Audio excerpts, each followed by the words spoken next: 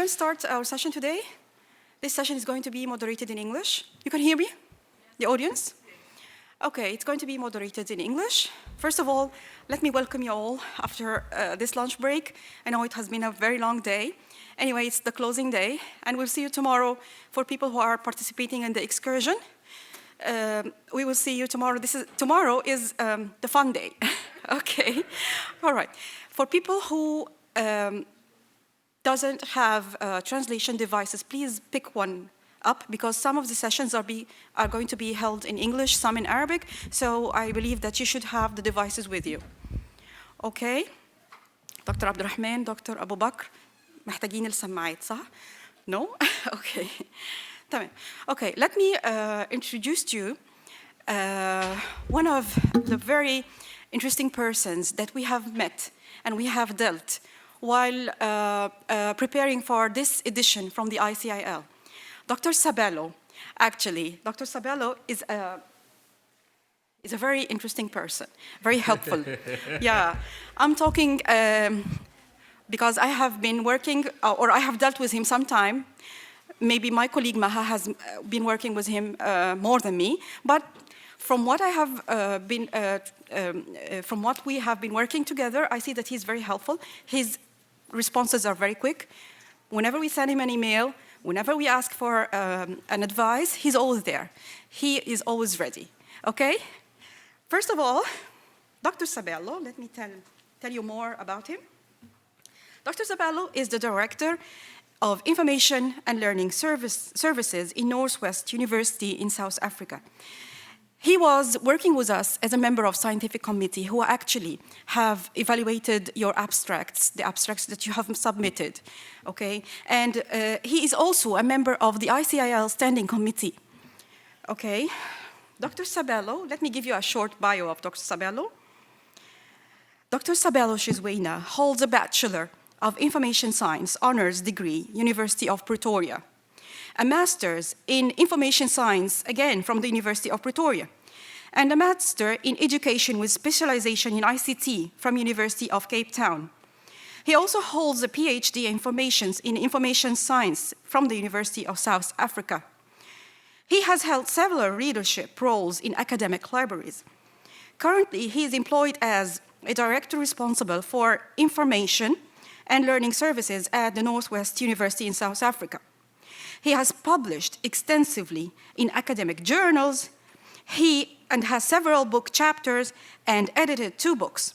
He is also a researcher with interests in fields including information literacy, the use of artificial intelligence in teaching and learning, the use of social media, information systems research, and embedded librarianship.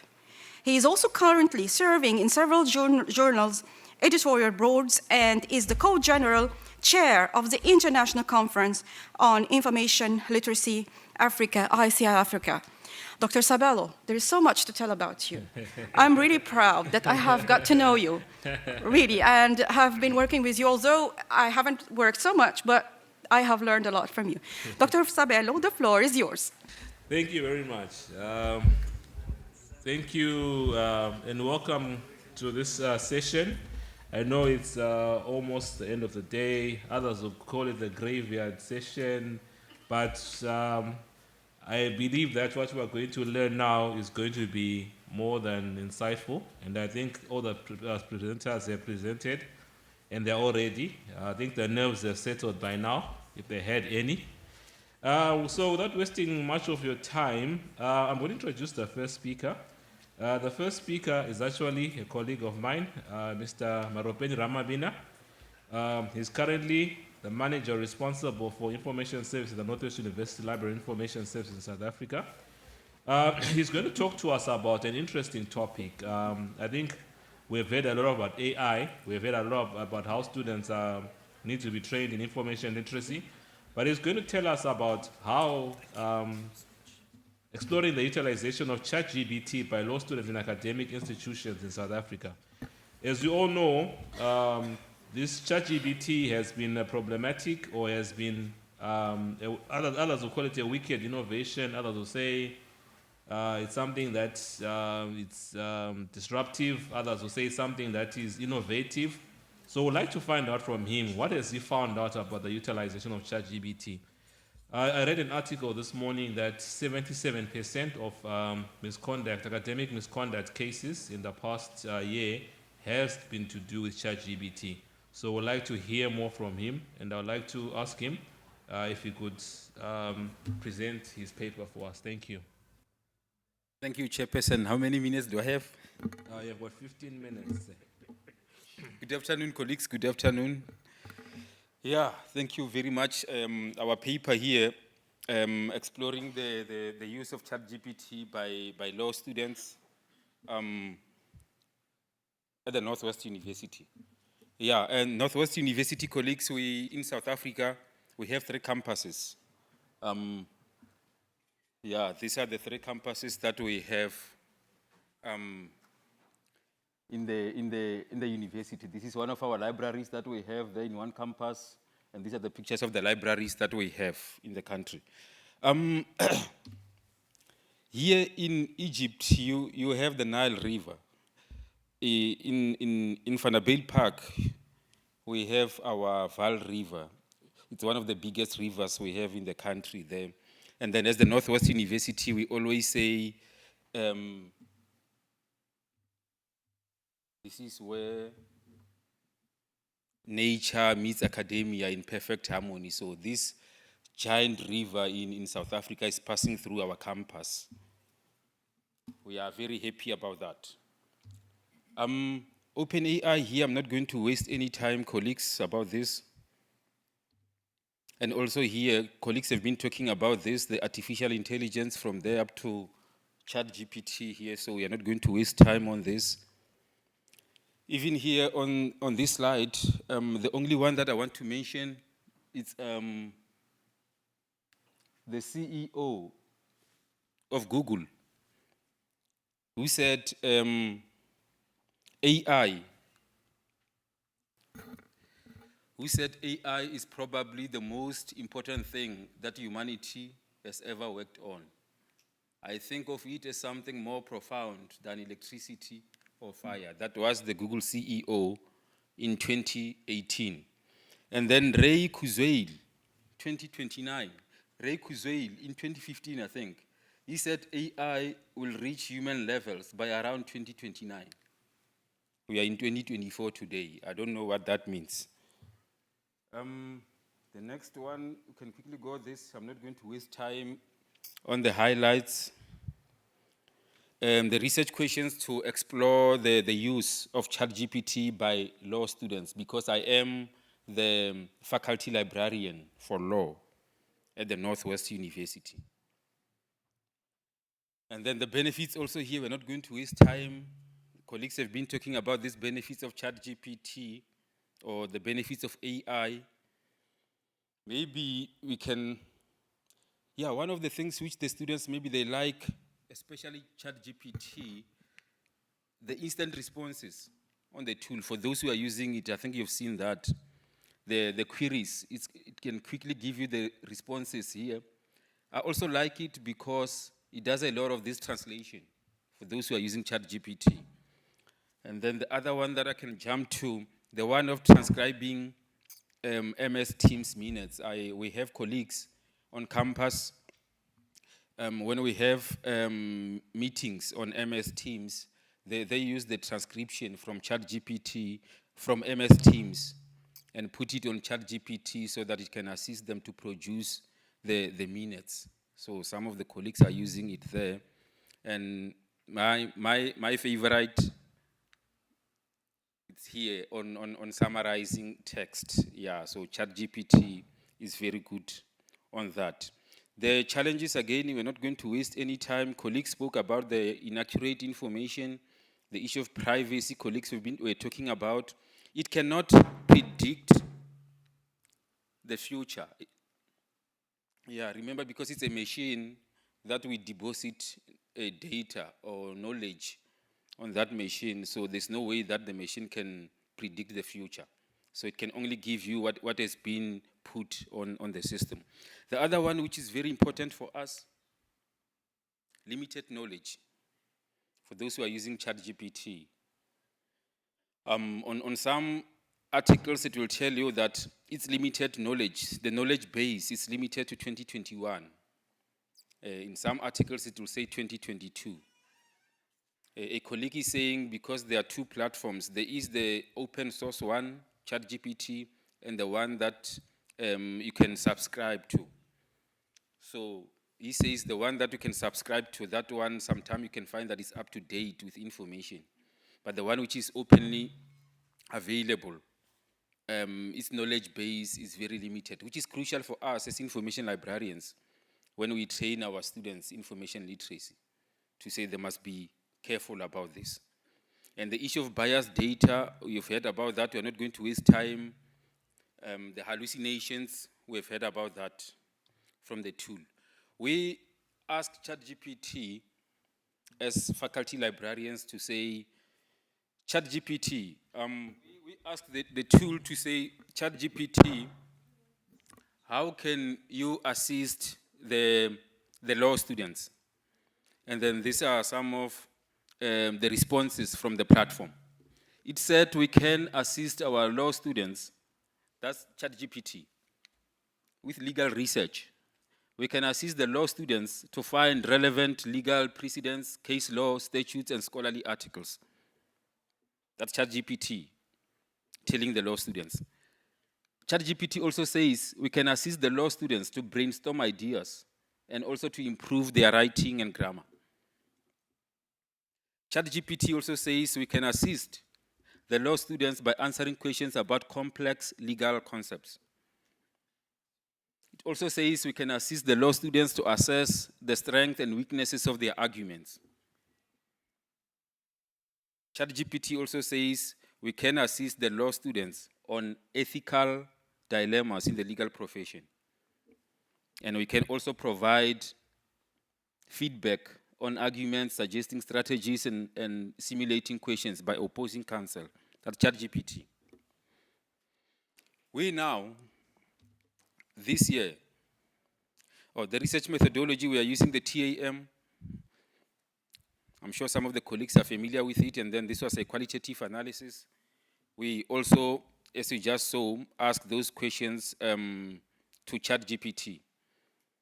And then the few case studies that we're going to share with you, the examples that we found on campus on how our law students have been using ChatGPT between January this year and September 2024.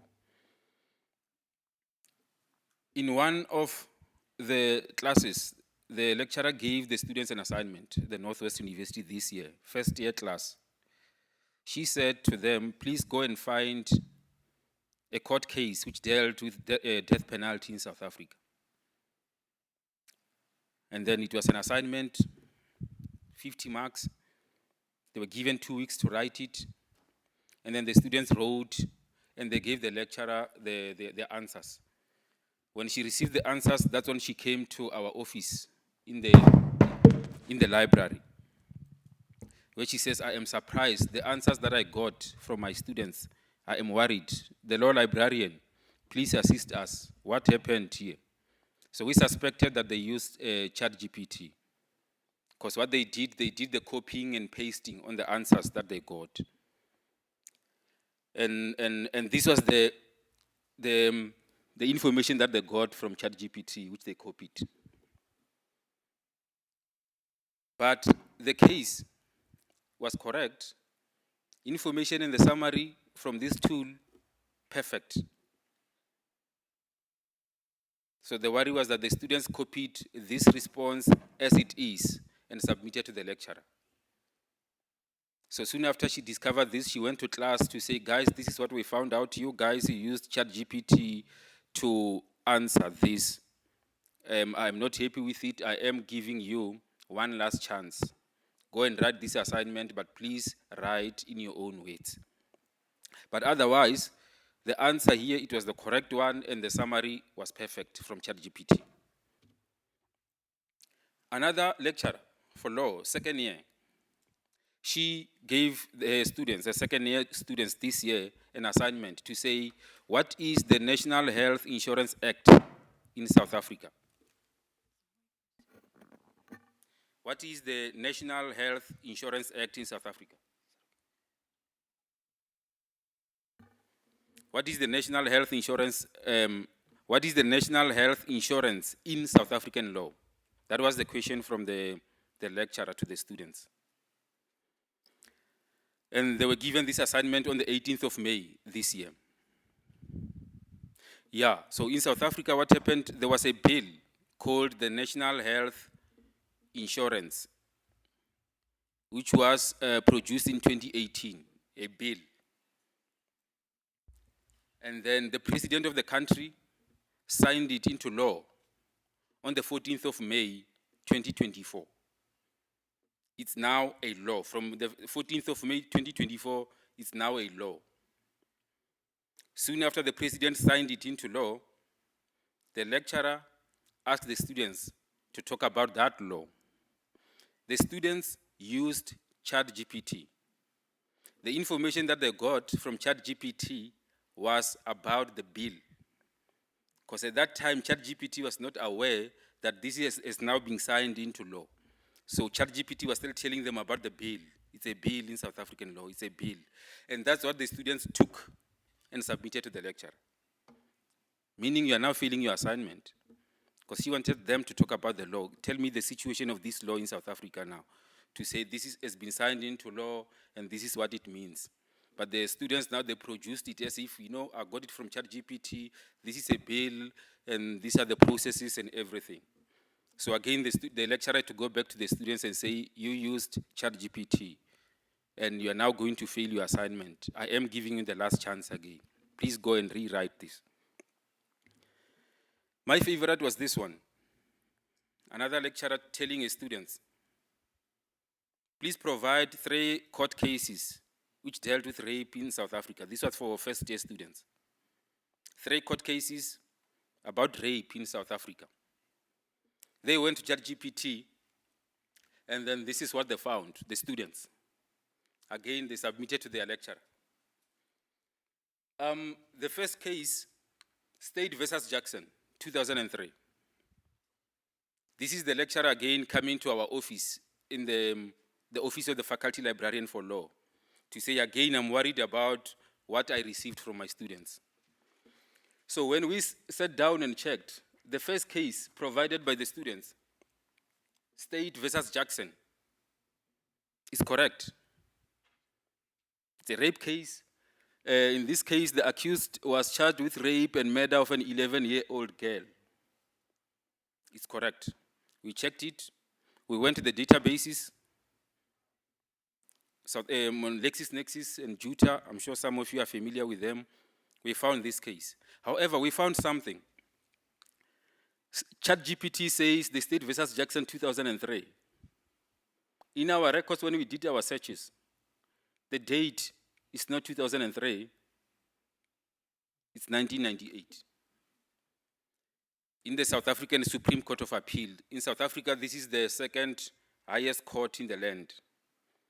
So the suspicion will be maybe this case went to the Supreme Court, which is the constitutional court, the highest court in the land.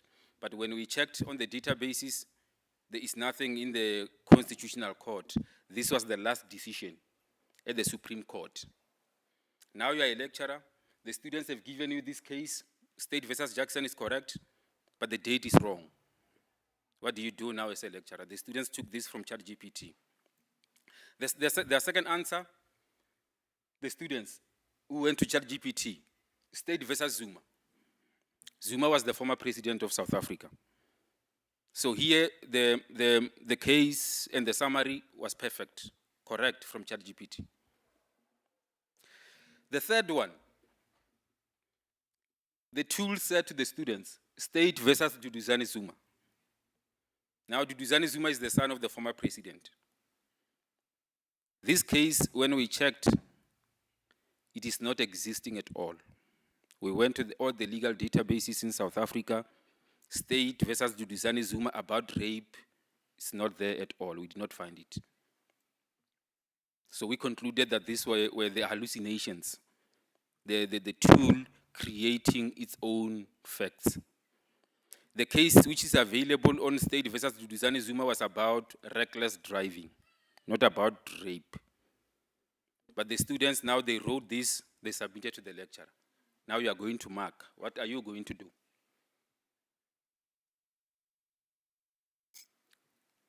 We, as a faculty librarians, we're now checking with the tool after these investigations. We just said to ChatGPT, who is the current president of Egypt? I hope this person is the current president of Egypt. Yeah, but we actually liked the answer from the tool to say, as of my last update in January 2022. That's what the tool says. My last update was in January 2022. At that time, President Abdel Fattah el-Sisi is the current president of Egypt. Very important now for users of the system. Whatever you get from ChatGPT, please investigate, please verify and confirm that information. So here the tool is actually telling you, I'm not sure if I am up to date, but in January 2022, I was told this is the current president of Egypt. And then we also now played with the system to say which one is the longest river in the world. And this is the answer that ChatGPT gave. In some sources, when you read them, they will tell you that maybe the Amazon. So maybe the issue of the biasness, maybe it can come in here. But it's very important that whatever information you get from the tool, ChatGPT, let's confirm it as the users, which is one of the main tasks that we must as information librarians or faculty librarians when we train our students. My other question in this assignment is July 2024. The assignment for law students. 3rd years. The lecturer gave them this assignment to say, please identify this South African case law. And that these are the facts of the case. And most of the students went to ChatGPT. And they managed to get it. And this is the answer from ChatGPT. The case you are referring to is likely, my colleague at work, she liked this. To say the tool is also telling you, Maropene, that I'm not sure, maybe this is the one. But after verifying, this was the correct answer. And most of the students who used ChatGPT managed to get it. And ChatGPT is saying the case you're referring to is this one, the Kai Michel versus Minister of Safety and Security. However, most of the students, they just took this summary as it is from ChatGPT, put it in their assignment and submitted to the lecturer. And then with the Turnitin that we are using, it managed to pick that you used AI to answer this question. And as when we train our law students, the story is always, guys, verify what you get from ChatGPT, and maybe let's not do the copying and pasting. Let's try to paraphrase or write it in our own words. And then here, for the sake of time, I'll just quickly pass here. The issue of ethics, we've been talking about it from the beginning.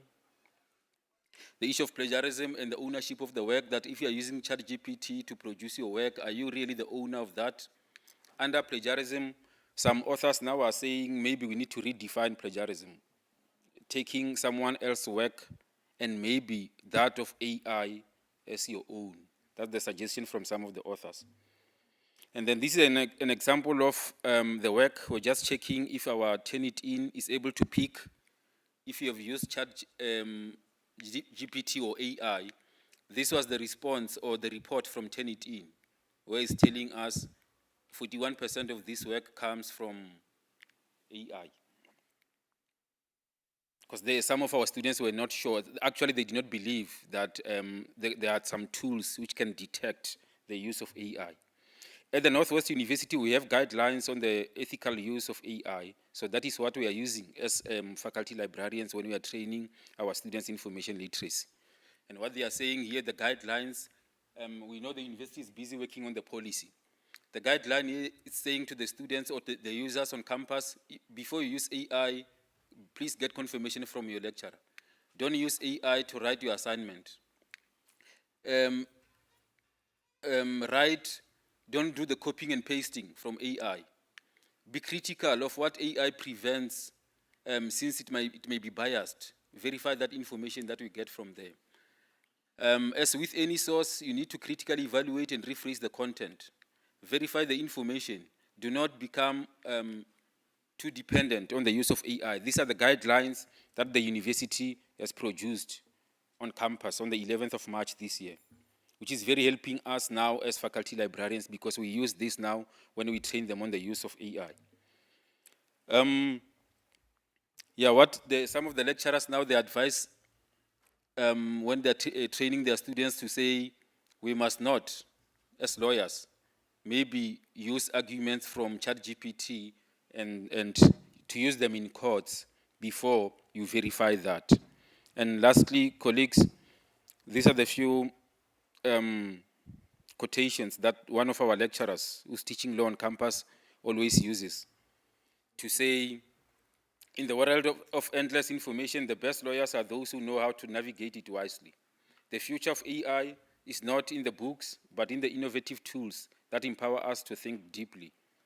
Every question asked is a step toward mastery.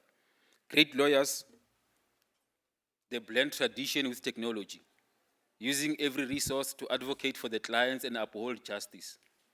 The path to legal excellence is paved with knowledge and creativity and the courage to embrace new tools and learning. So as faculty librarians there at the Northwest University for law students, we encourage them to use AI, but we emphasize on the training, the ethical use of AI. They must know how to use AI and the do's and the don'ts when they are using AI. And the guidelines that the university has produced are helping us a lot about that. And the lecturers, most of them, they still don't know what is AI or what is ChatGPT and how it works. So this process now is taking the lecturers to the library now because they want to understand what is happening, how are they using this. One of the lecturers actually said to us, I heard they are using ChatGPT. Maropene, what is it and how does it work? Thank you very much for your time. Thank you very much. Thank you.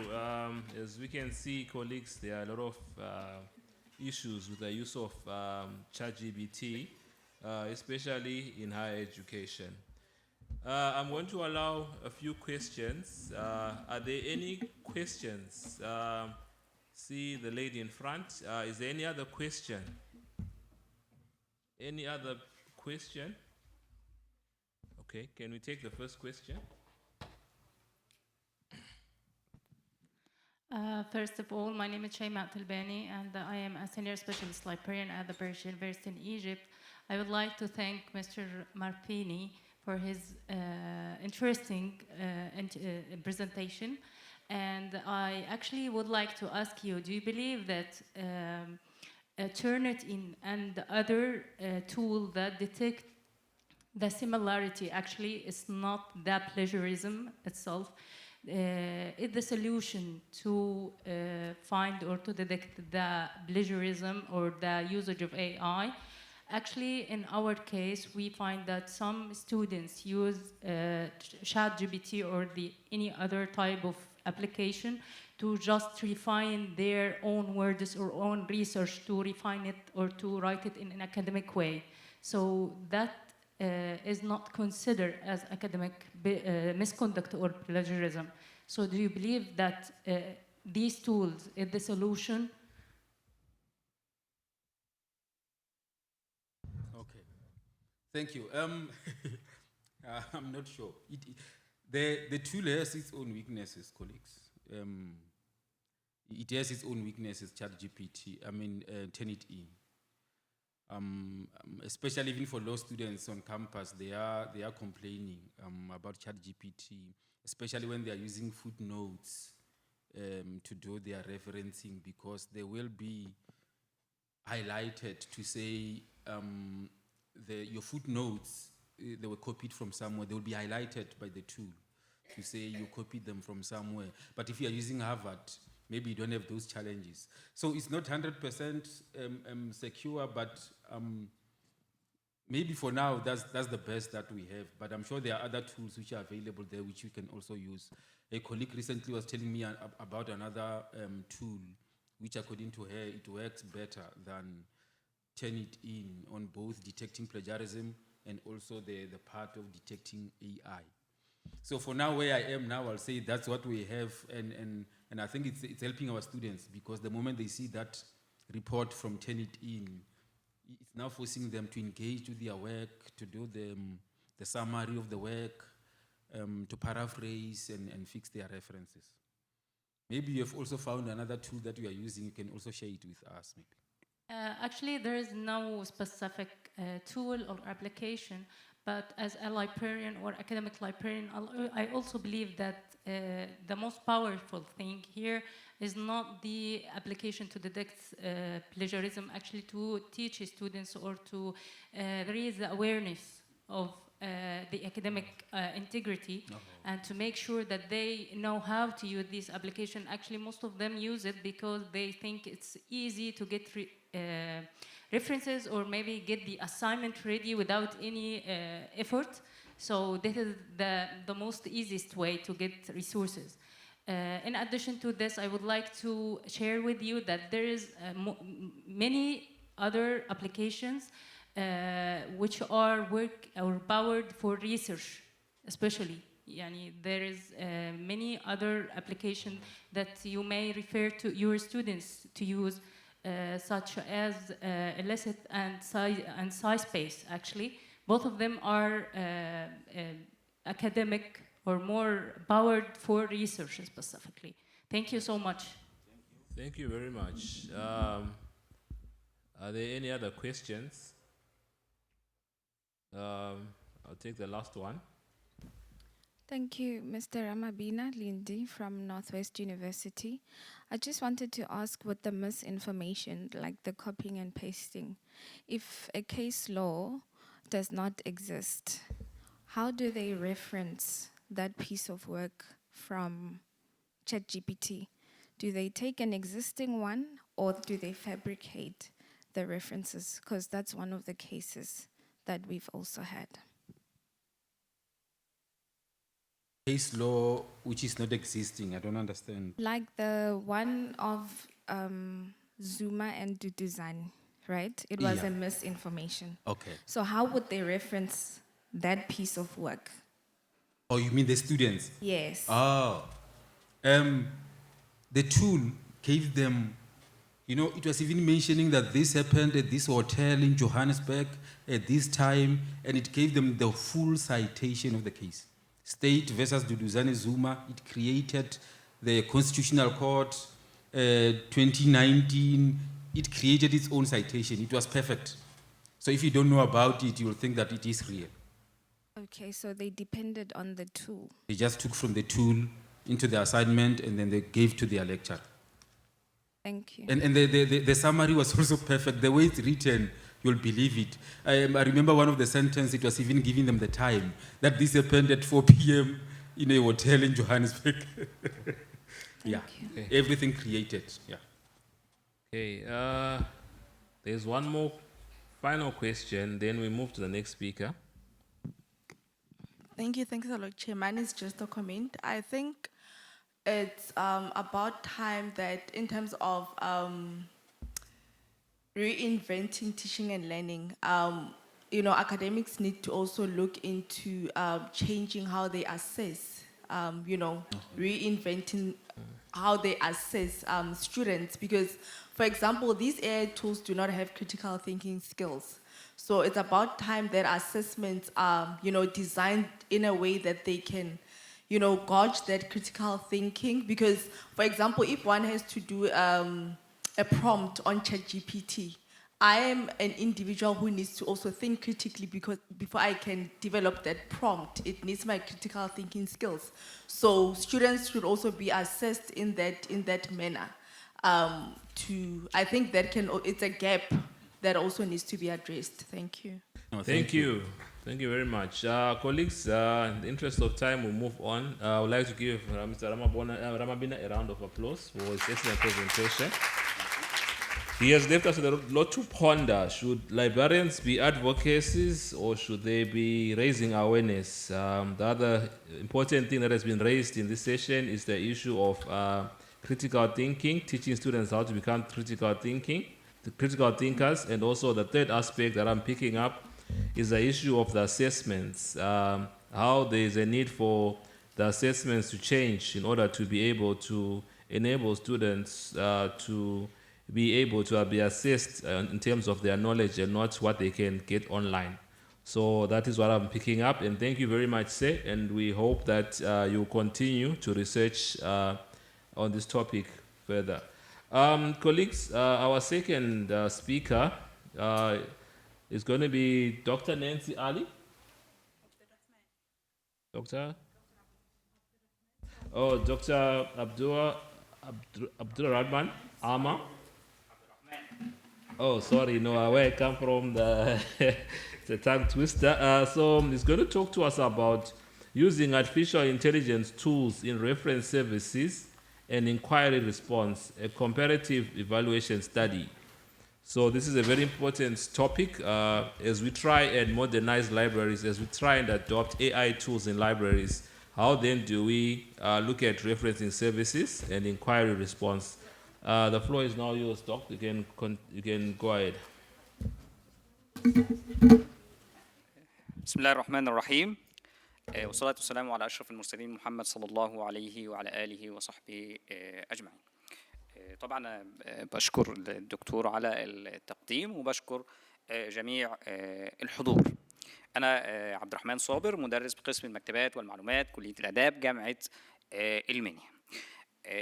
حابب أبدأ بس بشكل مختلف، يعني عايز أسألكوا، أنا اللي هسأل بقى. سألتوا الأدوات الذكاء الاصطناعي في إيه؟ أكيد كلنا استخدمنا أدوات الذكاء الاصطناعي، فعايز أعرف طبيعة الأسئلة اللي حضراتكم سواء كان في العمل أو أسئلة تانية في الحياة اليومية. فإيه طبيعة الأسئلة اللي سألتوها للذكاء الاصطناعي؟ اولا السؤال ده جميل جدا، لان انا بطبيعه عملي داخل مكتبه اسكندريه جزء من شغلي ان انا بستخدم السوشيال ميديا. تمام. فبنرفع بعض الفيجوالز على السوشيال ميديا وبنحتاج نحط لها كابشن. ممتاز. دايما بيبقاش حاضر في ذهني الكلمات اللي هتبقى اتراكتيف، انها تجذب الناس، انها تتفاعل مع البوست. فكانت دايما وسيله اللي بستخدمها عشان استخدم بيها تو كرييت الكابشنز دي كانت الشات جي بي تي. ممتاز. حد تاني حابب يشارك؟ الخير. اهلا بحضرتك. انا سالت لان عرفت ان المعلومات ممكن ما تكونش دقيقه، فسالت انا ممكن اصلح المعلومات ازاي لو هي غلط، على اعتبار ان اي معلومه انا هاخدها هراجعها برضو. سؤال ممتاز. كانت الاجابه بسيطه، يعني قال لي فيدباك او اسالني عن ريسورسز تانية وانا بطور يعني او بحدث البيانات اللي عندي والمعلومات اللي عندي. ممتاز، شكرا حضرتك. حد تاني حابب يشارك؟ اتفضل. سوري، ساعات بخليه تشيك التون بتاعت الايميل. تمام. بس باخد رايه. ساعات برضو باخد تكست كوبي بيست وابتدي اساله عن الجرامر ميستيكس انستد اوف ان هو يصلحها لي على طول. بحب جدا اسال جيميناي بالذات لان هو كويس في الموضوع ده عن تجربه، يلخص لي في بولت بوينتس كده ايه الجرامر ميستيكس اللي انا ممكن اكون عملتها في التكست ده. ممتاز جدا. يعني. شكرا حضرتك. أنا سألته recently عن citation لارتكل، كنت بتعمل تيستينج بشوف هو هيطلع لي السايتيشن كوريكت ولا لا. ممتاز. حد تاني والله؟ خلاص. طيب اللي أنا عايز أوصله إن جزء كبير من استخدامنا للاي اي عموما بيبقى عبارة عن استفسارات بنسأله.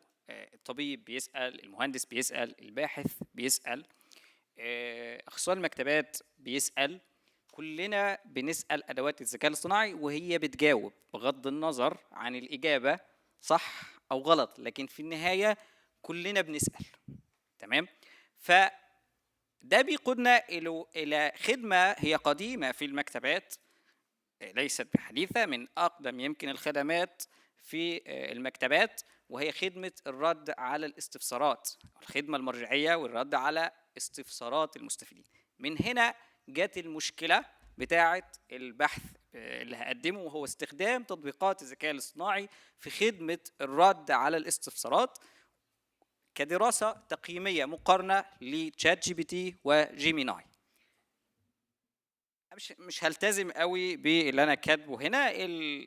المشكله كانت في النقطه دي، هل ادوات الذكاء الاصطناعي كفء في الاجابه على الاستفسارات المرجعيه المختلفه ام لا، بالمقارنه بين تشات جي بي تي وجيميناي، وركزت على 3 أشياء أساسية. الشيء الأول إن أنا أعمل تنوع للأسئلة، أسأل أسئلة زي الأسئلة المرجعية، زي ما حضراتكم كده سألتوا كل شخص سأل في شيء معين، سواء مهمة معينة أنا كلفت بها الذكاء الاصطناعي، شيء توقفت عنده فسألت الذكاء الاصطناعي. فالأسئلة كانت منوعة ما بين حقائق، أسئلة عن الأرقام، أسئلة عن الإحصائيات، أسئلة عن أي حقيقة من الحقائق بنسميها الحقائق السريعة، أسئلة عن الشخصيات، سألته عن شخصيات كتيرة، أسئلة عن الكيانات والمؤسسات، أسئلة عن الأماكن السياحية مثلا، أسئلة عن المفاهيم، بعض المفاهيم والمصطلحات، أسئلة عن برضو خاصة بالأمان والخصوصية وغيرها من الأسئلة المرجعية. الأمر الثاني إن أنا ركزت في الأسئلة إنها تكون منوعة ما بين الثقافات، سواء الثقافة الغربية أو الثقافة الشرقية، وركزت على المكتبات العربية، لأن أنا بستخدم الخدمة دي، هل الأدوات دي هتشتغل كويس عندنا في المكتبات العربية ولا لا؟ فكان في جزء من الأسئلة بيركز على استخدام التقنيات دي في الإجابة على الاستفسارات للتاريخ العربي والإسلامي والثقافة العربية والفن العربي، عشان أعرف مدى إلمامه بهذه الموضوعات. الشيء الثالث ان الاسئله كلها كانت باللغه العربيه، نظرا انه هي طبيعه الحال هي اللغه الاكثر استخداما في المكتبات العربيه. طبعا ده لتحقيق مجموعه من الاهداف، اولها تقييم اداء وكفاءه تشات جي بي تي وجيميناي في الرد على الاستفسارات في بيئه المكتبات العربيه، والتحقق من وجود فروق ذات دلالة إحصائية ما بين تشات جي بي تي وجيميناي في الرد على الاستفسارات المرجعية المختلفة، وتحديد الأداء الأكثر ملائمة لتلبية استفسارات المستفيدين من بين تشات جي بي تي وجيميناي في المكتبات العربية، وتحديد الفوائد والمخاطر المحتملة لاستخدام تشات جي بي تي وجيميناي في الإجابة على استفسارات المستفيدين، وأخيراً تقديم مجموعة من المقترحات والتوصيات لكيفية استخدام هذه الأدوات، وصغت هذه طبعاً الأهداف في شكل تساؤلات. طبعاً أهمية الدراسة دي بتفيدني في إنه إن أنا أعرف هل فعلاً الأدوات دي بتستطيع إلى أي مدى تحقيق أو استخدامها في الرد على الاستفسارات، وكنوع من توعية المستخدمين، ولأنه أصلاً الخدمة المرجعية جزء منها هو إرشاد المستفيدين وتوعية المستخدمين، فده كان من ضمن الأشياء المهمة اللي هتطلع بيها الدراسة. ويمكن أنا بستغل النقطة دي وبشكر مكتبة الإسكندرية لأنها دايماً بتهتم بالنقطة الخاصة بالتوعية المعلوماتية، دايماً ده في رأس أولوياتها، إن هي بتضع دايماً أجندة للتوعية المعلوماتية، ويمكن من ضمنها طبعاً المؤتمر اللي احنا بنشارك فيه. طبعاً الحدود الخاصة بالدراسة، الدراسة دي تمت ما بين أكتوبر 2023 إلى مايو 2024. الحدود المكانية ركزت على بيئة المكتبات العربية، والحدود اللغوية ركزت على الأسئلة باللغة العربية. طبعاً استخدمت المنهج الوصفي التحليلي وأسلوب تحليل المضمون، لأن أنا كنت باخد الإجابات اللي بحصل عليها من النماذج دي وأقارنها بالكتب المرجعية المعتمدة، سواء كانت طبعاً كتب مرجعية معتمدة أو مواقع برضو موثوقة للتحقق من صدق الإجابات. يعني مثلاً لو سألت سؤال في الرياضة، فبرجع لموقع الفيفا مثلاً أتأكد إن المعلومة دي صحيحة والله مش صحيحة. لو سألت سؤال في اللغة العربية برجع مثلاً لو هو مفهوم برجع للمعاجم، لو سألت سؤال في الدين، وهكذا يعني. وأخيراً التحليل الإحصائي باستخدام برنامج SPSS. مجتمع الدراسة طبعاً بيتضمن تشات جي بي تي وجيميناي. أنماط الأسئلة المرجعية زي ما قلت في البداية كانت عبارة عن 100 سؤال في الحقائق، وطبعاً لأنه طبيعة الأسئلة دي سريعة، حتى لما بدأت الأسئلة مع تشات جي بي تي قلت له أنا هسألك 100 سؤال، بس خلي بالك أنا مش عايز كلام كتير، أنا عايز رقم أو اسم أو تاريخ معين، مش عايزك تكتب لي أي معلومات تانية. تمام؟ قال لي تمام. فبدأت أسأله وصل طبعا لانه انت كنت بستخدم النموذج المجاني، لانه بطبيعه الحال المكتبه هتركز على المجانيه في استخدام النماذج دي. فوصل للسؤال 70 وقال لي بس كده انا مش هقدر اجاوبك تاني، ساعه بقى وعدى عليا. ففعلا انا استنيت ساعه، والميزه بقى ان هو كمل بنفس الاستراتيجيه. مش بس كده، هو كان ملتزم تماما بالنقطه دي، تاريخ رقم بيشتغل ايه يدوب على قد الكلام. سالته 100 سؤال حقائقي طبعا منوعه، سالته 10 اسئله في المفاهيم والمصطلحات، سالته ايضا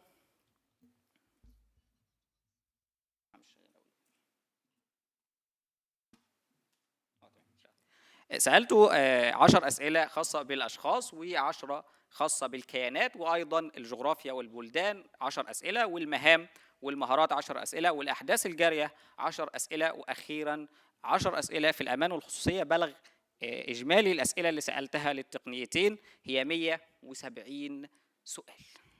طلعت بايه بقى من القصه دي كلها؟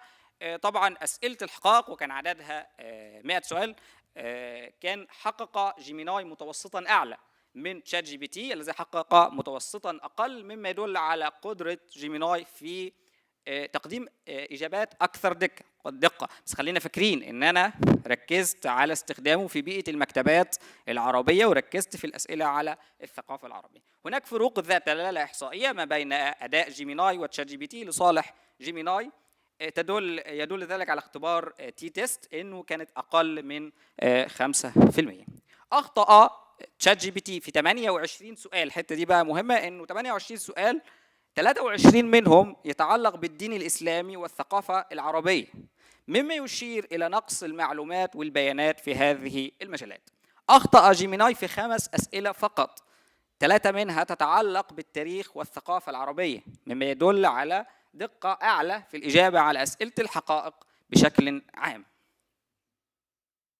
أسئلة المفاهيم والمصطلحات، بس خليني بس أوضح نقطة عشان ما يحسوش إن أنا برضو جاي على تشات جي بي تي شوية.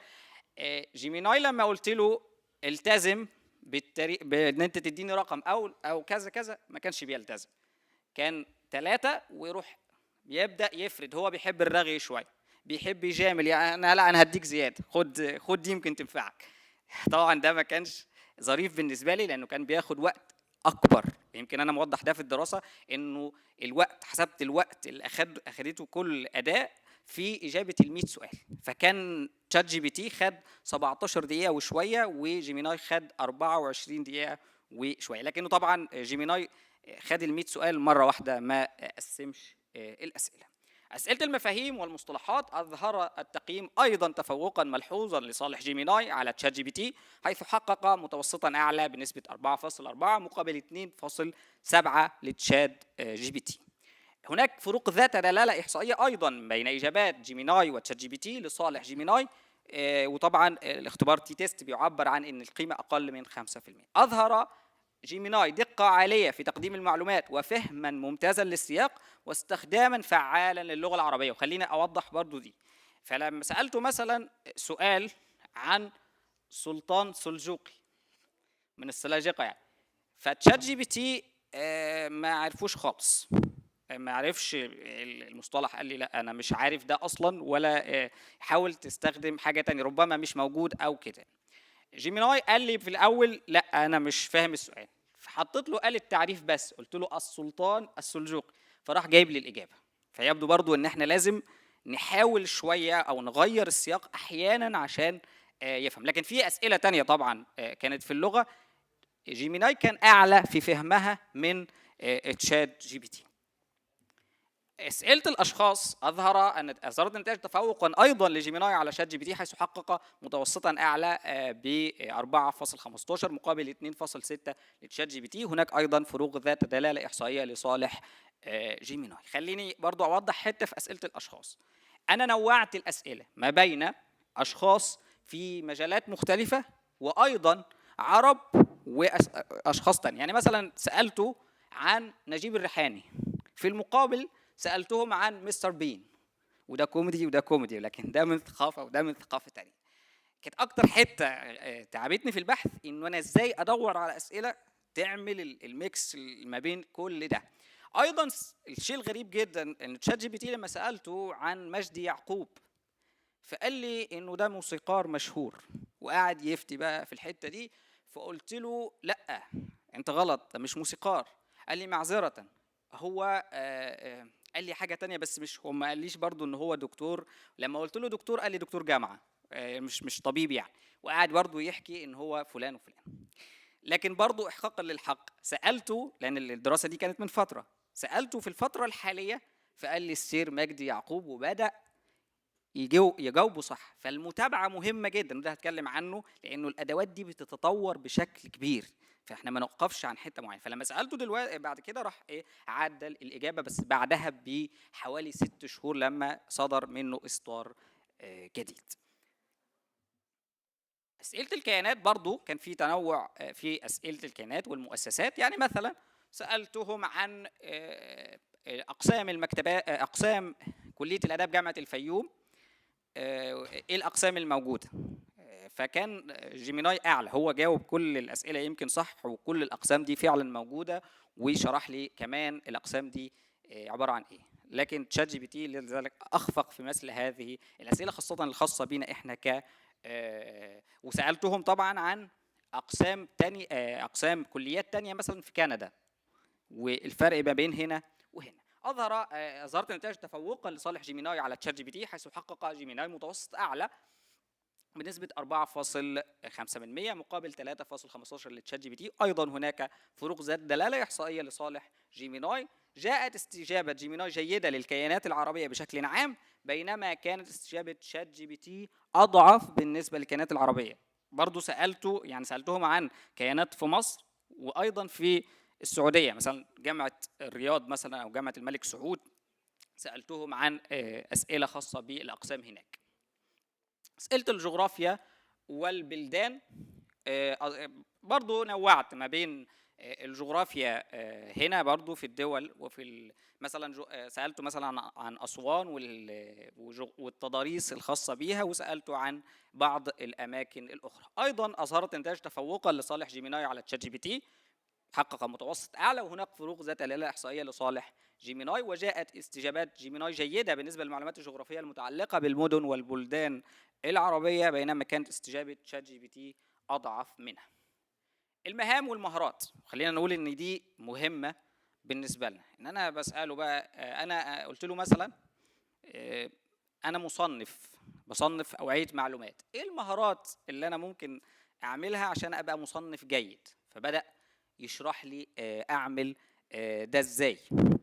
برضو جيميناي كان أعلى في النقطة دي، وحقق متوسط أعلى بنسبة 3.7 مقابل 2.8. بالمناسبة اديتهم سؤال عن، بقول له أنا مرتبي 7000 جنيه، ارسم لي ميزانية للشهر.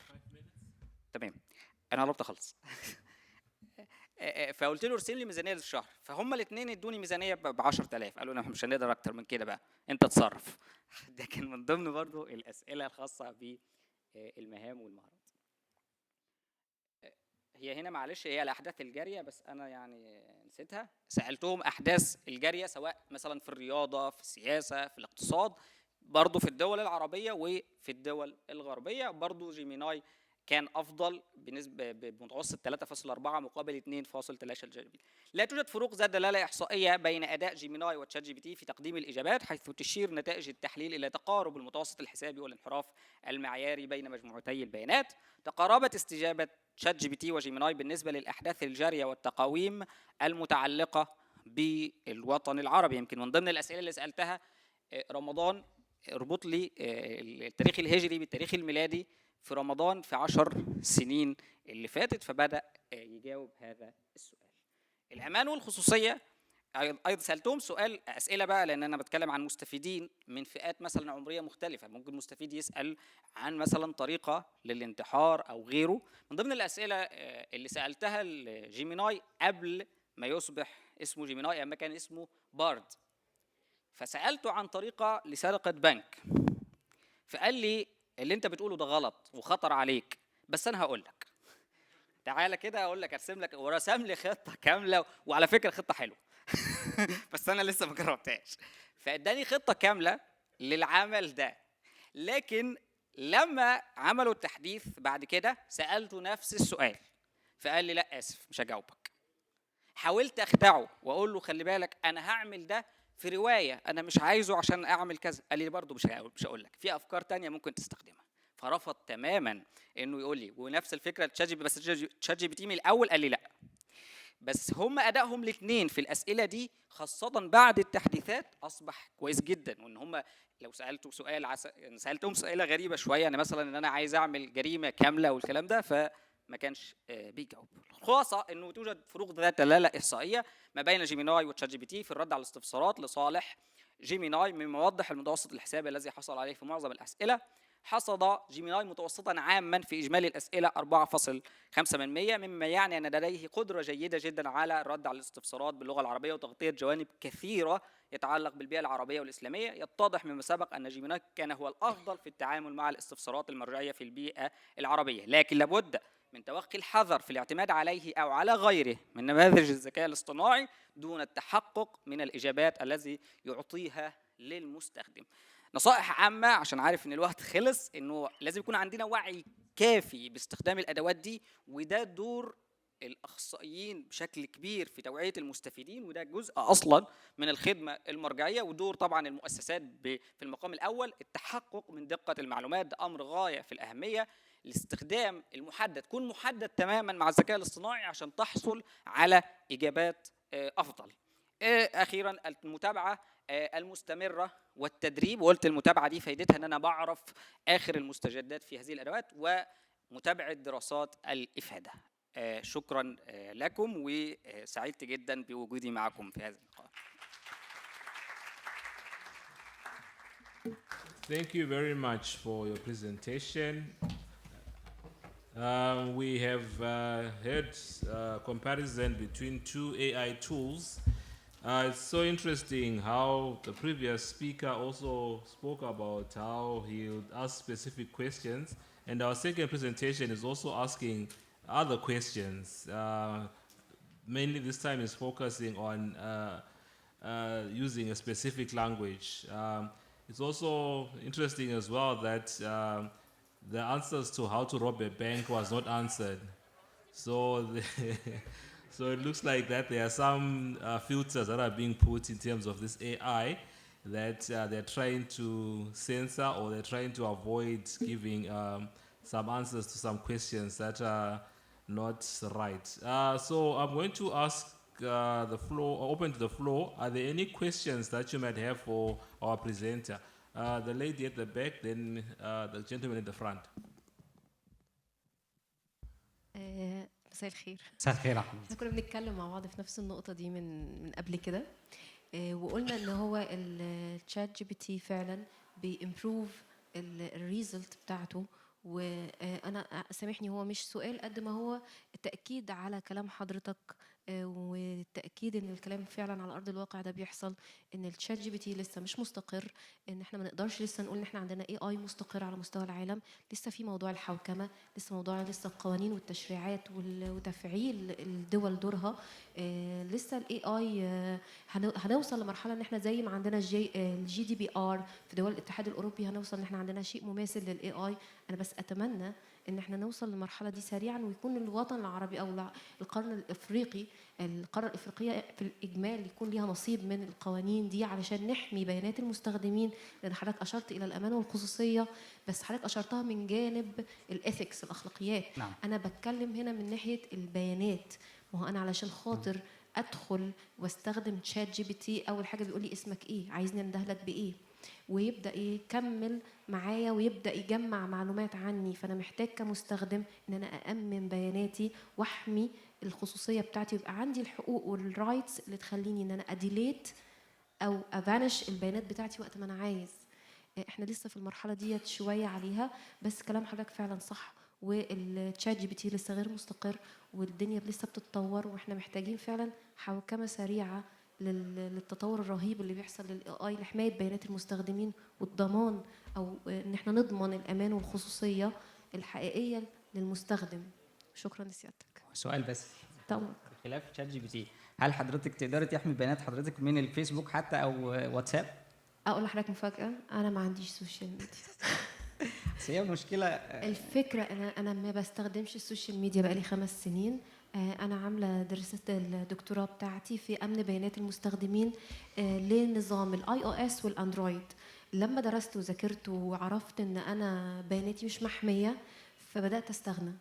لما بدات استغنى مش هقول ان انا انفصلت عن العالم وحسيت بجهل وحسيت ان انا منقطع عن العالم، لا، انا لما بحب اوصل لحاجه بعرف اوصل لها، مش لازم يبقى ليا اكونت. بالعكس انا اتمنى اوصل للمرحله دي. ما انا بقول لحضرتك انا بعد 5 سنين اكتشفت ان انا مش محتاجه يكون لي اكونت على الفيسبوك عشان اوصل على معلومه للفيسبوك، مش محتاجه يكون لي اكونت على الانستجرام عشان اعرف خبر معين، لا انا ممكن اسيرش واوصل له، مش لازم تبقى الداتا بتاعتي موجوده على البلاتفورمز ديت او الابلكيشنز ديت عشان اعرف استخدمها. فانا اتليست بحاول على الاقل ان انا اخد اقصى درجات الحمايه والخصوصيه لغايه ما الدوله تحقق لي ده. شكرا حضرتك. عفوا، تحت امرك.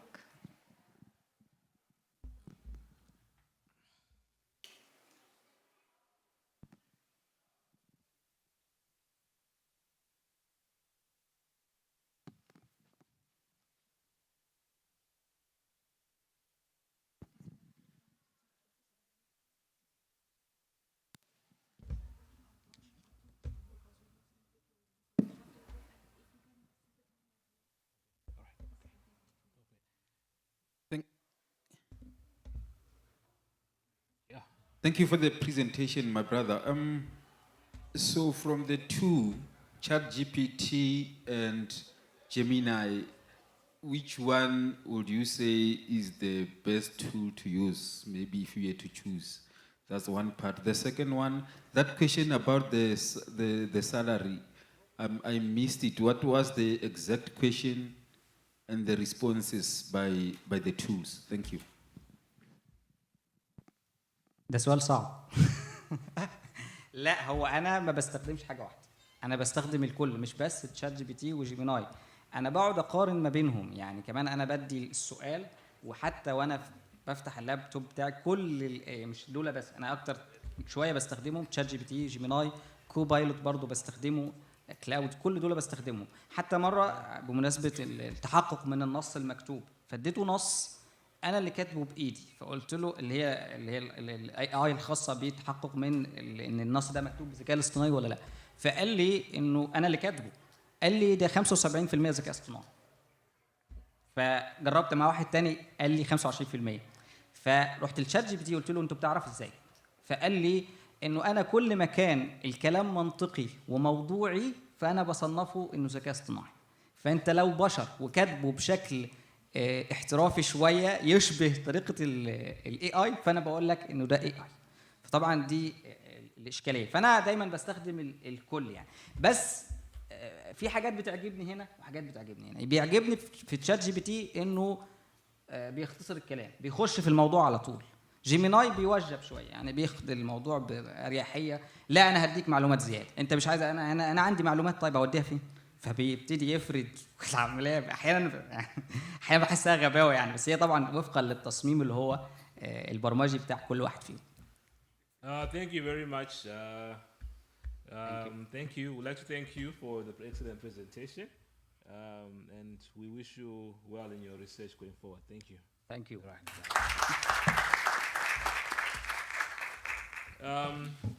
We're going to move on, colleagues. We're running out of time, so I'm going to ask that our presenters assist us because the closing ceremony is about to begin. Our next speaker is Dr. Nancy Ali and Engineer Ahmed Aksalai. The title of their presentation is Innovative Learning at the Grand Egyptian Museum. I'm going to hand over the floor to them now to come and do the presentation. Oh, they're online. Okay, they're online.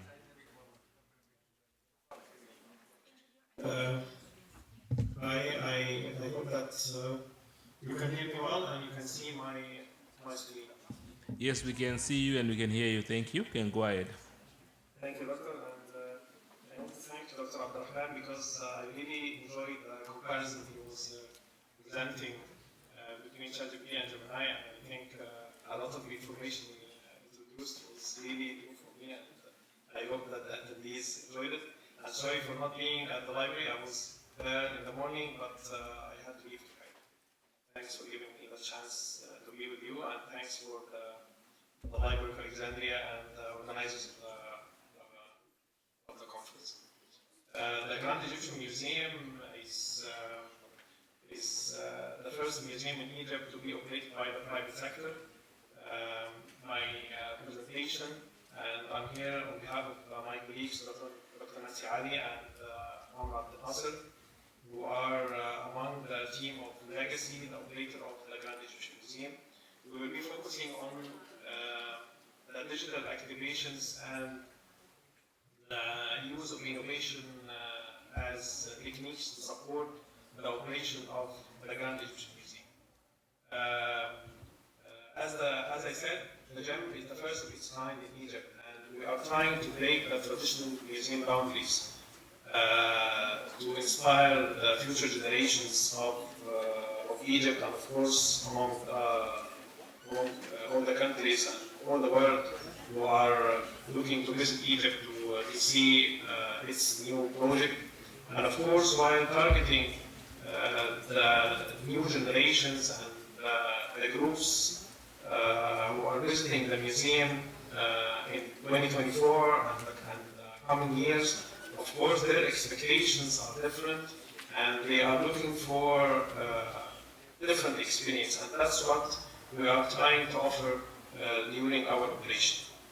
Very quickly, Legacy is a Hassan Alam Holdings company. We are operating the GEM, and we are trying through our programs to foster national equity and change a part of the image of the country, doing a social impact, and of course sustain the economic balance of the project itself.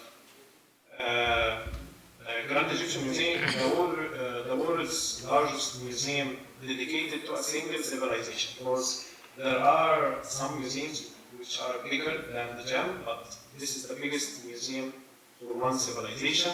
And if you didn't have a chance, today is our first soft opening day, so please, if you still have some days for our foreign guests in the conference, you still have the chance to visit the GEM. It is just beside the pyramids in Giza. The GEM collection contains 16,000 pieces, which is our main gallery, and plus the Tutankhamun gallery, which unfortunately not open yet till the official opening, plus a lot of facilities, conference center, learning center, children's museum, which are making a combination of facilities that are offered for our visitors. And here you can see the entrance of our gallery. We are trying through the learning experience at the GEM to encourage our visitors to be introduced to the great history of Egypt through being introduced to the challenges of the local community. And this will not happen unless acquiring our visitors, especially the new generations, modern mental skills and what they are facing in the near future. We are not alone, but we are joining the forces of Egypt to go digital, and the whole tourism sector in Egypt is trying to be modernized. The cashless efforts among all the museums in Egypt are trying to make all the facilities electronic, to try to have digital storytelling activations in some of the museums in Egypt, and the GEM is trying to foster this, and especially having AR and VR installations included in the galleries. The digital activities offered to the visitors is trying to support the whole journey of the visitor, starting from beginning of his visit, even before coming, and during the visit, and even post the visit. This includes a lot of services and activities which are helping to position the gem and target the offerings to our potential visitors, and of course supporting the creation and display of the artifacts, and even to follow up and communicate with the visitors after leaving the gem. We already started our first immersive experience, and it was talking about Tutankhamun tomb and its collection. And the galleries which are open today have a mix of simulation of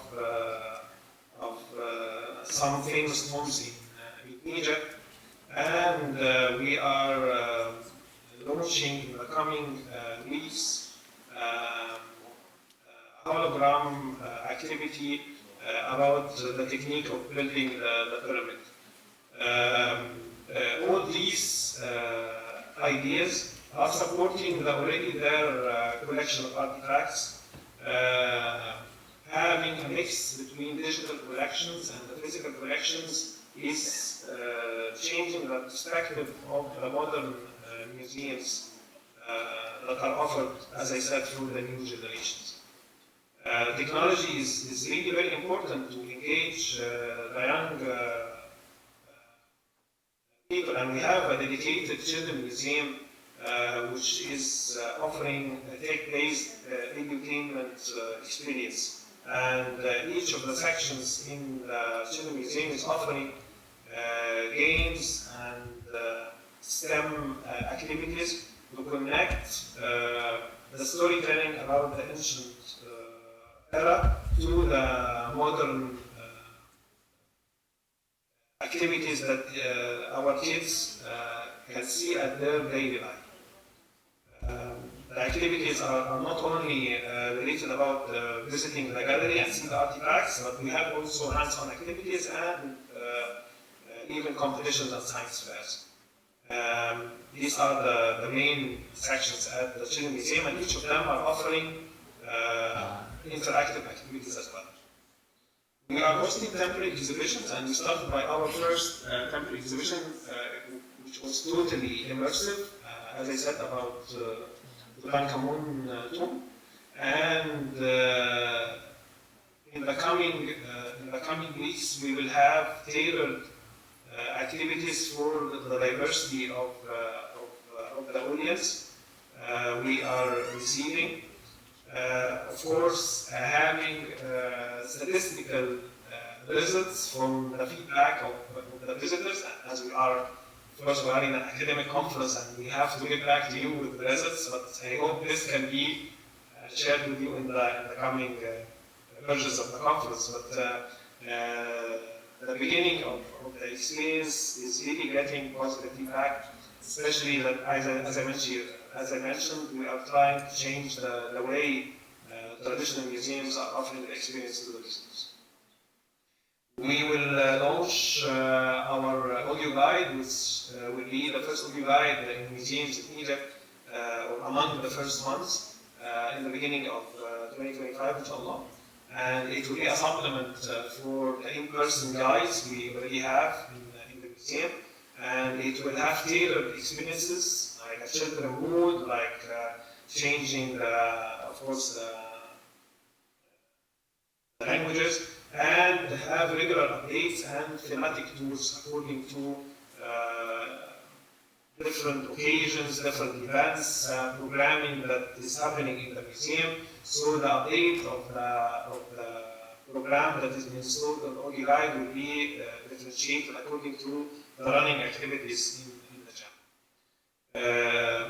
All these efforts are helping us to enforce the accessibility and inclusivity, reaching all the age ranges, reaching all the nationalities, and even try to many of, I can't say that all, but many of our exhibition sections are offering labels with braille translation, plus the digital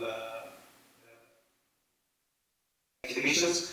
but also to reinforce that inclusivity is one of our main objectives for sure.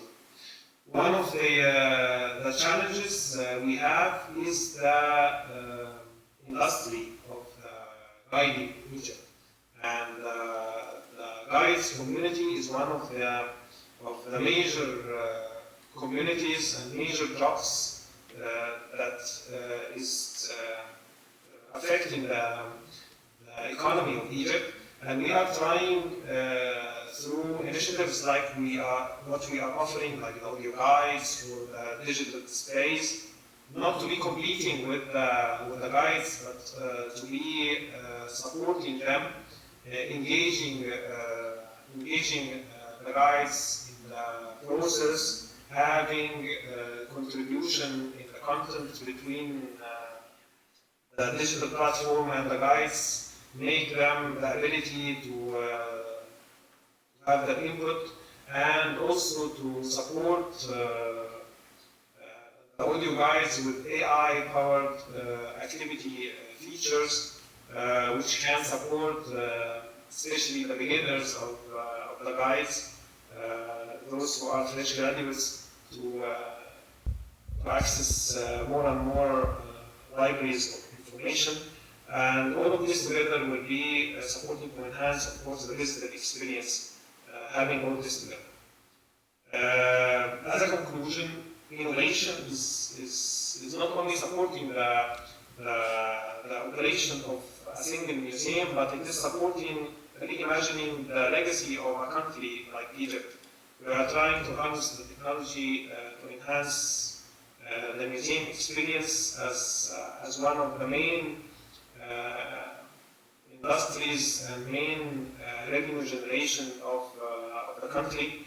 And this is re-establishing Egypt as a leader in the heritage tech dialogue, not only as one of the biggest countries in the world having a number of artifacts, and this is, of course, breathing new life into Egypt's cultural treasures. Thank you, and I hope that I didn't take much time. Thank you very much. Are there any questions? There appear to be no questions. Thank you very much for the presentation. I think it was very insightful, and we learned a lot about innovation in terms of how learning can be transformed. Thank you. And can we give him a round of applause? Thank you. Our next speaker is again an online speaker. It's Mr. Alalam. He's going to talk to us about information literacy programs in libraries and their importance in developing digital information awareness trends. The study was conducted in the UAE as a model. Is he online? السلام عليكم ورحمة الله وبركاته.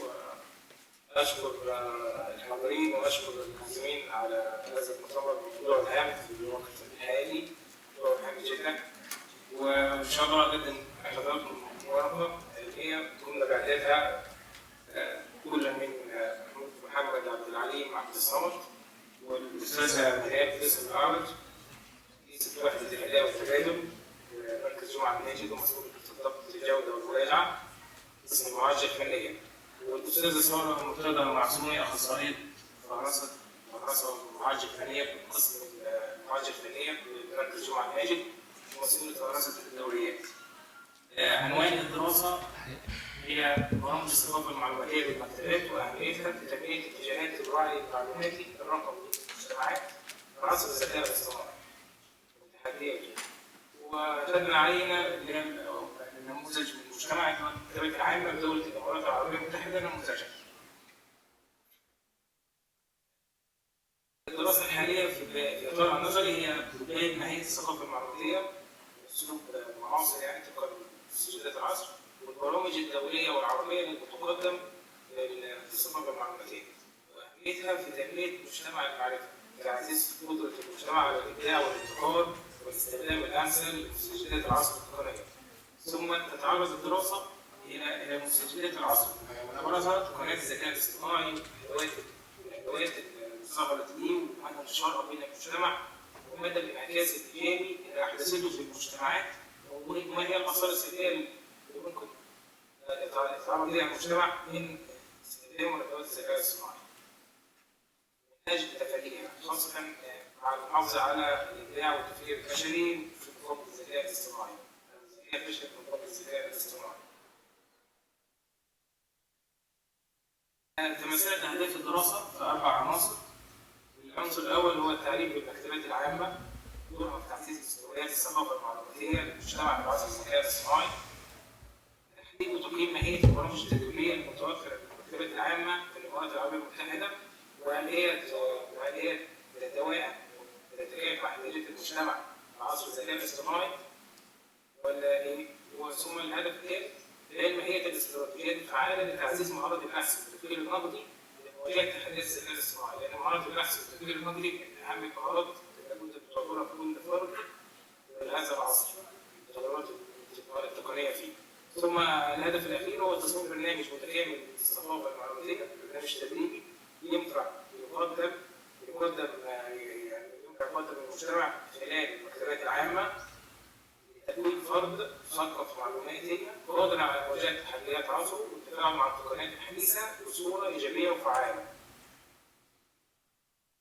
من مشكلة الدراسة إن المكتبات العامة في دولة الإمارات العربية المتحدة تساعد أي مؤسسات معلومات في الوطن العربي تواجه تحولات وتحديات متعددة من ضمنها تقنيات الذكاء الاصطناعي والتحولات السريعة في البيئة الرقمية، اتجاه المجتمع لأدوات الذكاء الاصطناعي والاستخدام الواعي والغير واعي لهذه التقنية، مما يتطلب الاستجابة بسرعة من المكتبات لتحديث برامج الثقافة المعلوماتية لديها، بل وزيادة أهمية هذه البرامج وتقديمها لفئة كبيرة من المجتمع الذي تغطيه، حتى يكون استخدام التقنيات في هذا العصر استخدام واعي وصحي وصحيح.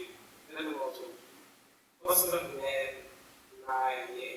مع الدراسة لدينا عدم وجود برنامج متخصص ومنظم للثقافة المعلوماتية يعد عائقا رئيسيا أمام تلبية هذه الاحتياجات المتنامية، بالإضافة لذلك تفكر المكتبات العامة إلى استراتيجيات فعالة لتعزيز مهارات البحث والتفكير النقدي الذي يعد أساسيا في التفاعل مع المعلومات في عصر الذكاء الاصطناعي. لذلك يأتي البحث الحالي لتحديد الحاجات الفعلية والفراغات المعرفية التي يمكن من خلالها تصميم برنامج فعال لتعزيز الثقافة المعلوماتية والمكتبات العامة في الإمارات أو غير ذلك من دول الوطن العربي. أسئلة الدراسة ثلاثة أسئلة.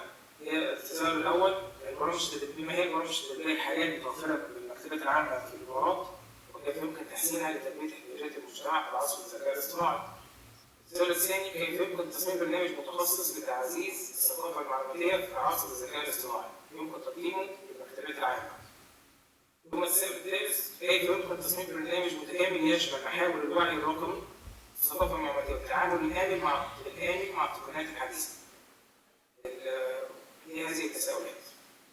ثم استخدام المنهج الوصفي التحليلي مع أدوات من الملاحظة العلمية والاستعانة اللي وسعت على المكتبات ومؤسسات خدمة المعلومات والتفاعل مباشر مع المواقع الإلكترونية للمكتبات على يمة الدراسة.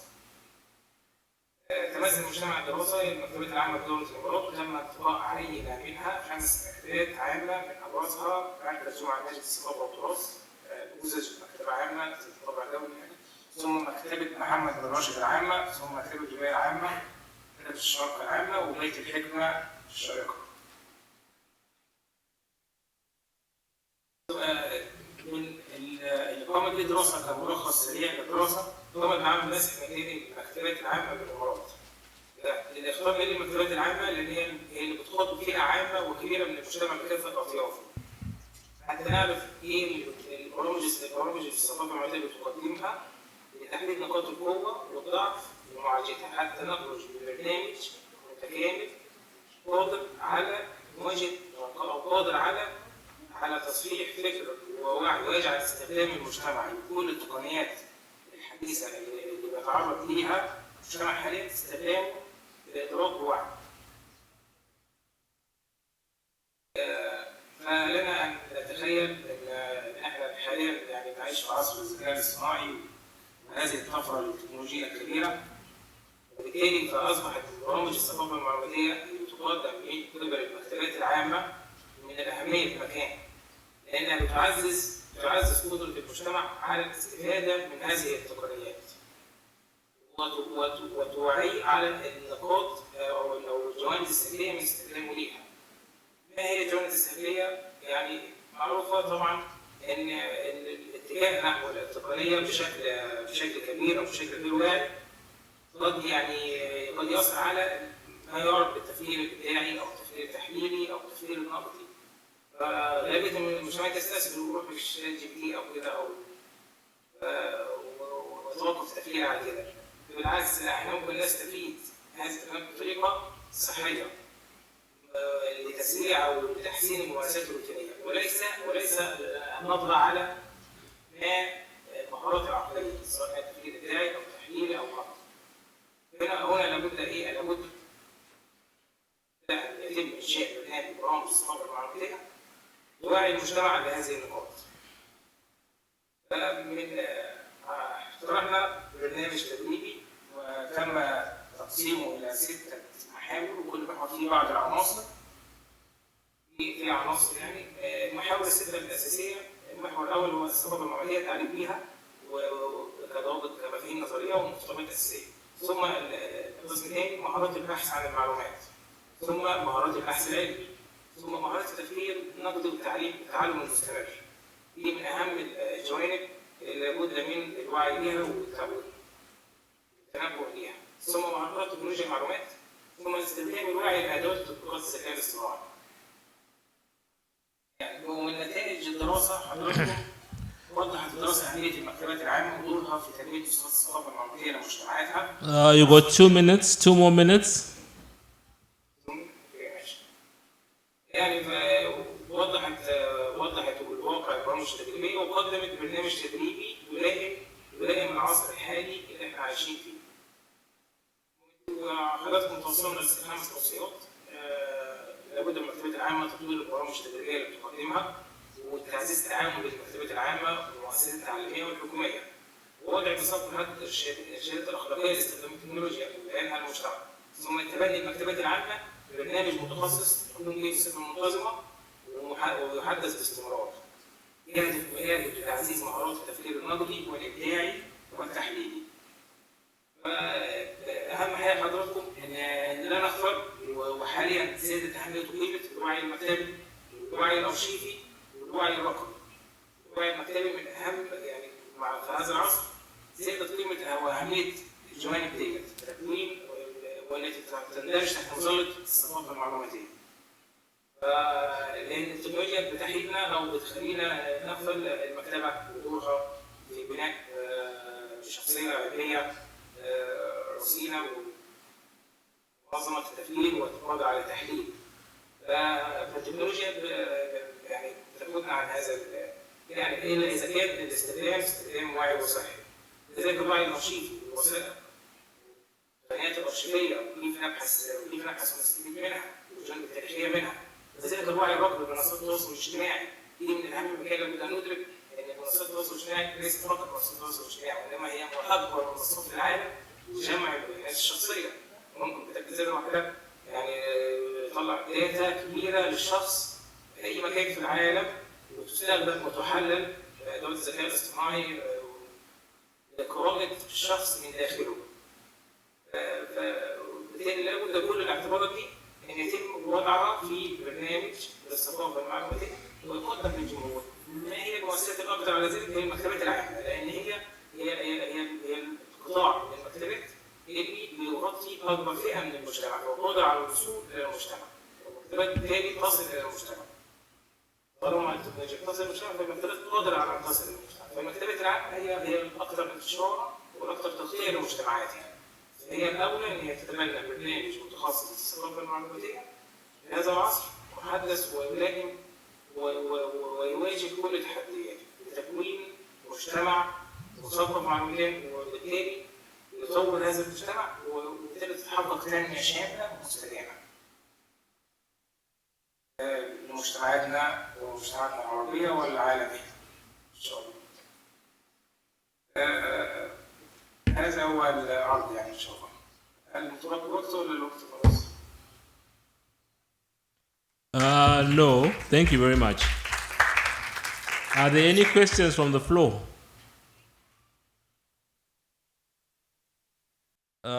There appear to be no questions. Thank you very much for the presentation and also for availing yourself at this late hour. I know it's been a long day and we have been running out of time. So thank you very much and wish you well. We now move to the last presentation for today. And I would like to, it's an online presentation by Dr.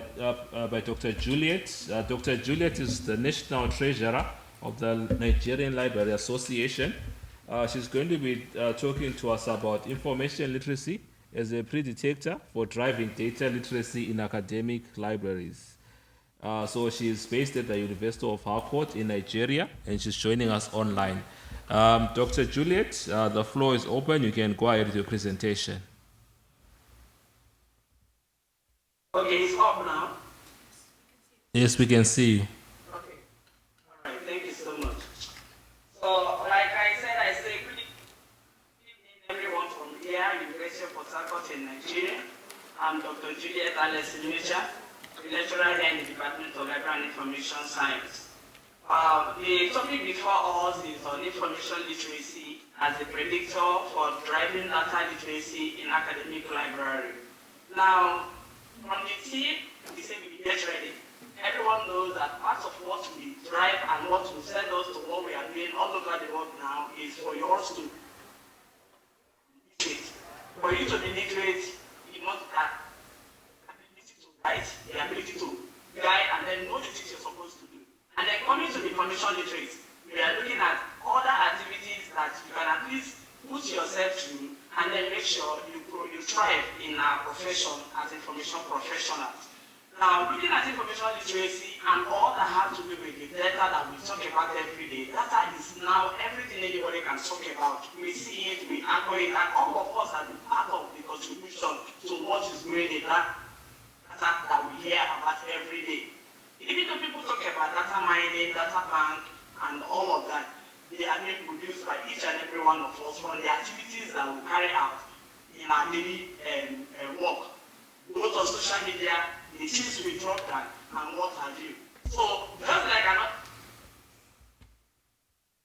on data literacy, data fluent. When they say somebody is fluent in what you do, of course it means you are good in what that particular activity you carry out. And so, that's why I came into this particular topic that's talking about driving data literacy. You cannot and it would not successfully take place when you are not information literate. Being information literate means you can run other type of literacy. Because information literacy as it is, as the word, is an umbrella term. And so when you look at this, you will know that going through the data activities we're talking about cannot actually take this 100% stance or even close to that when you are not information literate. So all we have said and all we are doing is to see that data that we produce or talk about every day is something everyone will look at and then know that yes, we have a lot to do. Now the second slide is our abstract. I've just said a little about this. For the time, so I think we have to go through all of what we have there before the time goes. So the word clamors for literacy in all sectors. They want people who remain literate from happenings around them and the society at large, the better the society functions properly. You cannot rule it out. When somebody is not literate in what you do or the activities that come within the arena where you find yourself, of course, there will be a lot of problems before you. And so we can't gather data or make it efficient in putting data, including how you put it down, how you collect it, how you keep them, how you bank them, more information literate. So the fact that is an umbrella word is housing these other ones. And so what it means is that it's backing each and all words, and then there must be this way forward for us to see that data is being taken care of the way it should be. The current statement, like I said, is going social media importance. There are data and this utilization in every sector of the society. So in all that we do, we see data here, there, everywhere. In our schools, in churches, in mosques, just name them. And so in every activity that you carry out, there must be this little idea that there is data. And so how do you keep the data? How do you organize them? And how do you run them? Because these days, most people don't even go into talking about, at times go through the field work, go into the world to gather ideas. Sometimes you just go to the library or any of the nearby information center to take a kind of data kept by other people which they have done. You can borrow it, mind it, and you do your work and you go ahead with the activity. So now, when you see the objective that carry this on, just the objective that we brought in to investigate how knowledge of information literacy will support data literacy in academic life, and to determine the yardsticks that information literacy employs to drive data literacy. Then to ascertain whether academic libraries operate information literacy programs to drive data literacy, because it's really important. So these are the three objectives which are manifest in the other way as a research question to talk about what we are presenting. So does the knowledge of information literacy support data literacy in academic libraries? Are there yardsticks employed through information literacy to drive data literacy? Do academic libraries operate information literacy programs to drive data literacy? These are the borders, these are the worries that everyone will always look at. We really do what we are supposed to do in academic libraries to make sure that yes, we stand tall, we say we are managers, information managers, people come look up to us to get data. We actually can ask what we are supposed to do. Or people who have come to gather this information to run with their researches, assignments, or what have you. So, Greek literature has been mentioned, although I just listed it because there is no time for all of that, but in the real work we have them. But one of our two persons that I mentioned, like Esan, he said information literacy is a major task for academic research centers today. They are mandated to offer the program. All of these manifest and we do it. We cannot run away being librarians, being information professionals. We look at these activities and we make sure we carry them out. And then the third study in 2019, in his study, Hotel Johnson in 2012, Walter in 2016, Ochia and other in 2019, then Helian et al. In 2012, that data literacy extends to the skills required for sorting, processing, and filtering vast amounts of data, including search techniques, sorting algorithms, filtering mechanisms, and data processing methods. So we do not sway or run away from these activities. For one to work, the other must complement it. And what is that that is going to complement? Making use of all these terms mentioned, we must be information literate. If you are not literate enough for you to carry out the idea that has to do with data literacy, it cannot just come up. It does not just come up. So there is need for information literacy. And that's why when the theme of this particular year, ICFI, the conference comes, and then the final area they saw that they say, get ready. Are we really ready? Are we really looking towards having this literacy for us to fly and make sure data is something everybody can read at any point in time and then carry out our activities the way it should be? Looking at the methodology employed by adopted media, the study adopted the descriptive survey research design. The population of this study, look at the tertiary institutions in Rivers State, Nigeria, and the librarians in these institutions are 87. But when the missionaries were administered, what came back and remained valid for this particular study?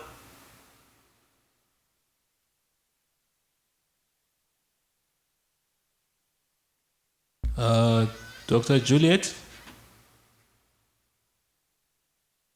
Can you hear me? So the institutions that were used, the University of Port Harcourt, 23 librarians, 23, and that's the percentage. Just look through so that we don't keep time in going through this. Ignatius Surgery Director of Education, Ramabina, a number of librarians, and how many research missionaries came back. Candidature Chamadi Polytechnic, and then Kenoli Polytechnic Buri. And all of that, out of 87, 85 came back, which is the 100% we have on that particular table. And then the question is, the knowledge of information literacy, sport data literacy in academic libraries. These were the responses from people. And then what the researcher did was to break down these ideas under literacy, talk about data literacy, and then we brought in the idea of what happens and why we get the programs done. And so these were the responses got from the librarians. The analysis continues where we brought down information literacy, looking at librarians need to be informed, information literacy to drive data literacy and other literacy types. All that were answered were agreed. All the items were agreed upon and the weighted mean taken above the 2.5 criteria being set for this particular study. Then the next one, the explanation of the table that just mentioned that both shows the opinion of respondents.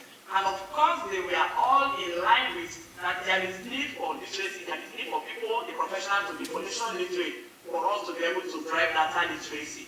So the responses are both showed in agreement, the crucial positive impact of information literacy to data literacy. The way that means, like I said earlier, these breakouts were high with literacy having 3.36, information literacy 3.58, and data literacy 3.5. Dr. Juliet, you have got 2 more minutes. You have 2 more minutes. Oh, sorry, okay. Okay, thank you. All right, then this was the research question 2, and then justice employed through information literacy to drive data literacy. Of course, all the references came back agreed. Through information literacy programs, librarians will excel in data literacy. We talk about workshops, seminars, information literacy program, and then talk shows that will help to drive this idea. Now, the next one here is just the explanation, like I've just mentioned initially, that people, those who responded, all responded and accepted that it should work. Information literacy to drive data literacy. And then the final research question that says, do academic libraries operate information literacy programs to drive data literacy? And all the responses were equally agreed upon. So, looking at the conclusion here, this study examined and gave insight on the need for us to be information led to drive and make sure information literacy is okay and sound in our libraries in order for us to drive data literacy. Although there is death of literature while I was carrying out this study. But then my concern is that in this particular work we have to acknowledge that there is need for information literacy for us to drive data literacy to speak and what would now need for us to have a good and efficient or effective working data bank of ideas in our academic libraries. Thank you so much. Thank you very much, Dr. Juliet, and thank you very much for the insightful presentation. Are there any questions, comments from the floor?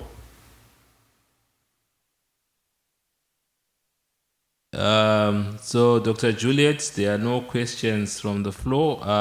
Once again, I would like to thank you for availing yourself at this late hour. And also, we apologize for rushing you. Yes, but thank you. And can you give a round of applause to Dr. Juliet? Colleagues, this is the end of our session, the scientific session. Thank you so much. Thank you for participating and for availing yourselves, and also